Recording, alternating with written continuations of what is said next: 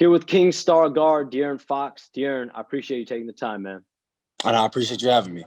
This season, your game's really started to slow down. You're finding a comfort really quickly so far this season and leading the Kings. How have you been able to find your stride?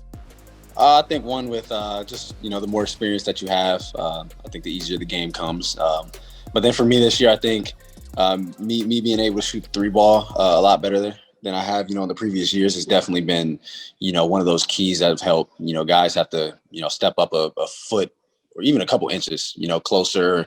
And I'm seeing more guys go over ball screens than I did in my first 3 years. So it's definitely opened up the offense for us. You signed a supermax contract in the offseason, and you've been known as kind of a quiet leader. How have you been able to be that leader of this team, ask the right questions of players, and challenge guys when you have to? How have you been able to balance that leadership role? I think at the beginning of the year, with how we started, it was good. I think the first 5 games, and then we kind of took a little detour, and then just being able to get on guys and them respond the right way. It wasn't a bunch of yelling at each other, but if you say something, sometimes somebody has something to say back. But then we try to fix that problem. When as soon as we see it. So you see those teams that win, and you see what goes on. Guys argue and get into it, but it's coming from the right place. And when we were on that losing streak, it's like, man, we have to do something at some point. And that's kind of what happened. And our defense stepped up. We know we can always score the ball. We have no problem when it comes to the offensive side of the ball. So I just think somebody had to bring something, to either voice or energy or something, to change what we were doing defensively. And it's definitely helped us the last couple games.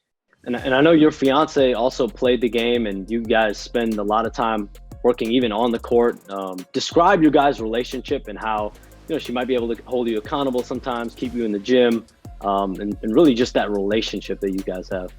Yeah, definitely. I mean, like you said, she played, and then her dad is an AAU coach and all of that. So, she knows what it's like to have to work and work out and do all that stuff. So during the summer, obviously, I'm in the gym and she's in the gym with me. She's a part of the workouts.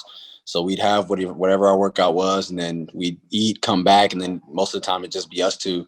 And we try to get to 400, 500, just threes made.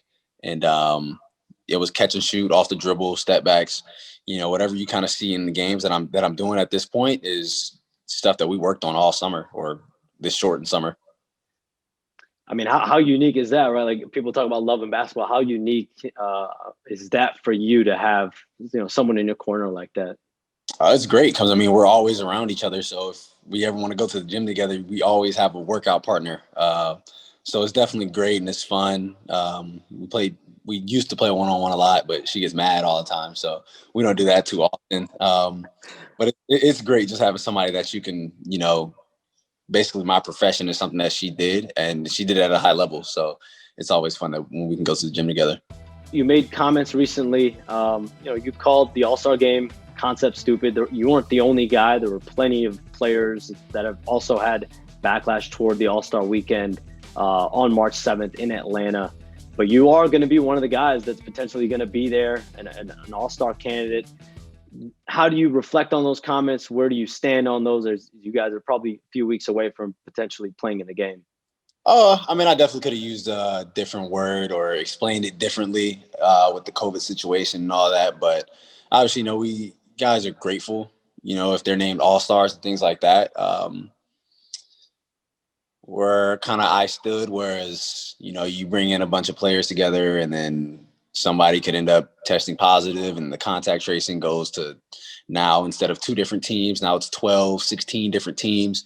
So that's kind of where I stood on it. But like I said, if I was named one, I'd go. I'd go, but that doesn't make the concept any less, appealing than it was. How has it been balancing those goals of individual accolades like All-Star game and all NBA teams versus also lifting the Kings to a playoff berth? For me, I think it's always, you're thinking about the team first, and 9 times out of 10, when you're winning, you get those individual accolades.